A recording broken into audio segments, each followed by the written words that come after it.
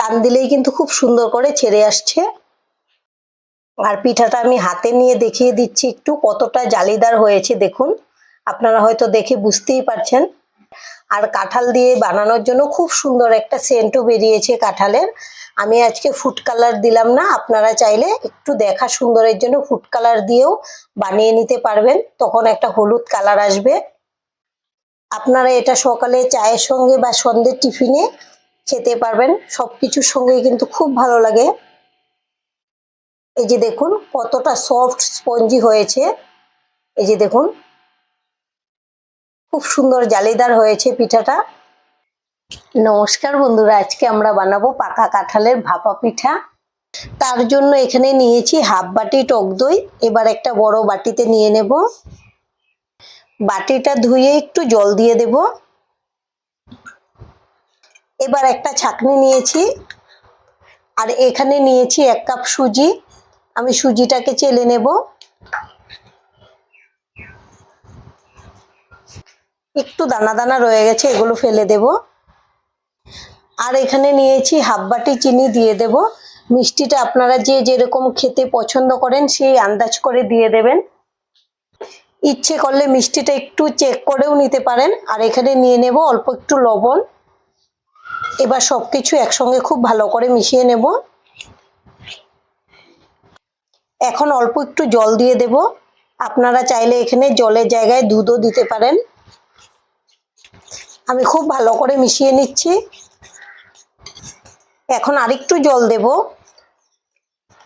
জলটা আমি একবারে বেশি করে দেব না, তাহলে বেশি পাতলা হয়ে যাবে।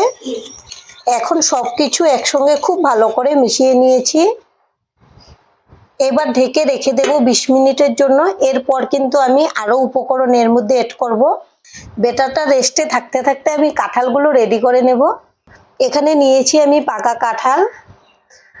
এবার আমি কাঁঠালের গুটিগুলো বের করে নেব, নিয়ে মিক্সিং জারে নিয়ে নেব। কাঁঠালটা একটু মিষ্টি দেখে নেওয়ার চেষ্টা করবেন, তাহলে কিন্তু খুব ভালো লাগবে খেতে। সব কাঁঠাল লাগবে না, যতটুকু লাগবে আমি মিক্সিং জারে নিয়ে নিয়েছি। এখন ঢাকনা লাগিয়ে এগুলোকে পেস্ট করে নেব। এবার কাঁঠালের পাল্পটা একটা বাটিতে নিয়ে নেব।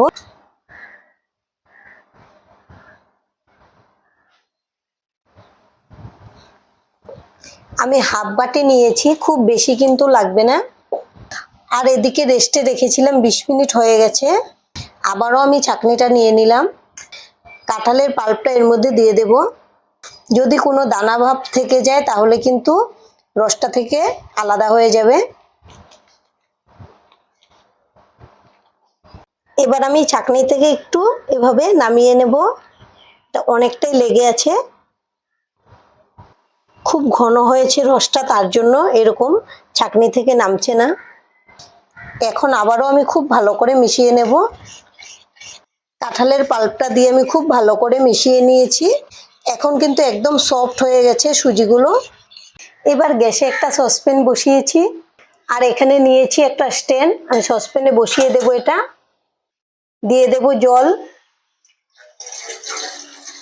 জলটা আমি সমান সমান দিয়েছি স্ট্যান্ডের। এখন ঢেকে দেব আর গ্যাসটা অন করে দেব।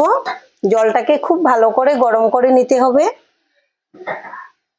আর আজকে আমরা পিঠাটা এই বাটিতে বানাবো। দিয়ে দেব অল্প একটু সাদা তেল।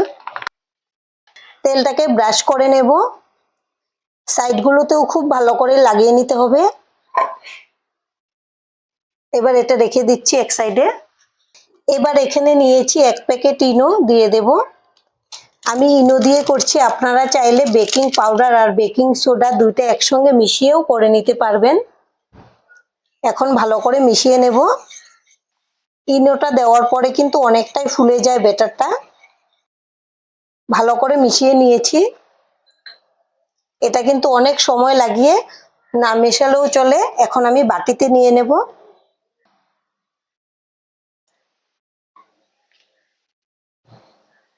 ভালো করে কেচে দিয়ে দিচ্ছি।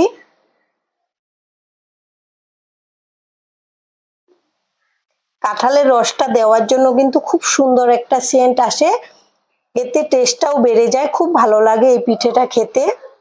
আমরা প্রত্যেক বছরই এই পিঠাটা বানাই, কিন্তু এবার ভাবছি আপনাদের সঙ্গেও শেয়ার করি। জল খুব ভালো করে গরম করে নিয়েছি, ঢাকনাটা খুলে নেব। এখন আমি বাটিটা বসিয়ে দেব।